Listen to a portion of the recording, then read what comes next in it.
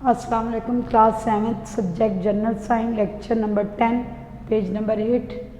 In previous lecture मैंने आपको बताया था what is mean by respiratory system. Respiratory system क्या है और ब्रीथिंग क्या है, यानी रेस्पिरेशन या ब्रीथिंग क्या है। ठीक है, अब आगे है पार्ट्स ऑफ रेस्पिरेटरी सिस्टम, यानी जिस्म के कौन से हिस्से जो कि सांस लेने में मदद करते हैं। तो वो आपको मैं 1 बाय 1 बताती जाऊंगी, लेकिन जनरली व्यू में आपको दे देती हूँ कि जनरली व्यू है कि आप हवा from atmosphere enter into body through a knows और माउथ।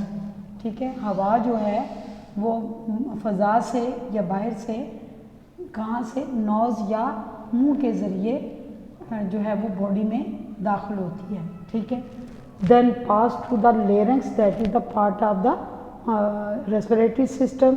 ठीक है, ये जाती है ट्रैकिया में, that is the another part of the respiratory system.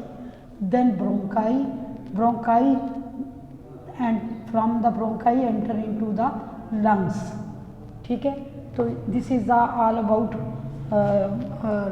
Respiratory system या respiratory parts of respiratory system. ये इसको अब 1 बाय 1 जो हैं वो आप समझेंगे कि इनका फंक्शन क्या है, यानी हर पार्ट का अपना एक फंक्शन है, हर पार्ट अपना एक अहम किरदार अदा करता है। ठीक है, तो फर्स्ट ऑफ ऑल हम पढ़ेंगे, क्योंकि हवा जो है, ठीक है, enter from the nose and throat, यानी गले या नोज़ से हवा जो है वो बॉडी में दाखिल होती है। तो हम सबसे पहले पढ़ेंगे what is nose and what is throat. Throat mean गला। ठीक है, जो गला, ये वाला पार्ट जो है ये गला कहलाता है। ठीक है, और नाक एयर विच कंटेन ऑक्सीजन, जिसके अंदर क्या होती है, ऑक्सीजन होती है, जो कि सांस लेने के लिए ज़रूरी होती है। Enter into our body through a nose और माउथ। नोज़, ख़ास तौर पर nose has a mucus and hairs. In a nose there is a mucus, एक स्टिकी मटीरियल है, एक स्टिकी लिक्विड है।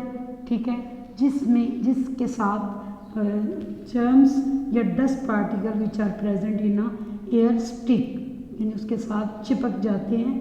ठीक है, उसके साथ जुड़ जाते हैं, किसके साथ, इस स्टिकी लिक्विड के साथ, ताकि जो आपकी बॉडी में हवा जाए इट इज़ क्लीन। ठीक है, क्लीन हो जाए, मॉइस्चर हो जाए और वार्म हो जाए।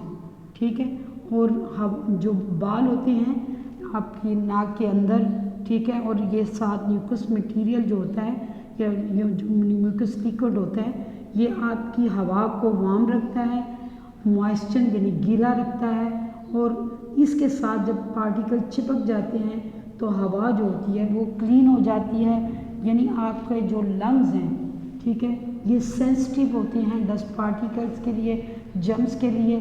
तो यही वजह है कि हवा जब लंग्स जाए तो इट में भी ये क्या होनी चाहिए, ये साफ होनी चाहिए।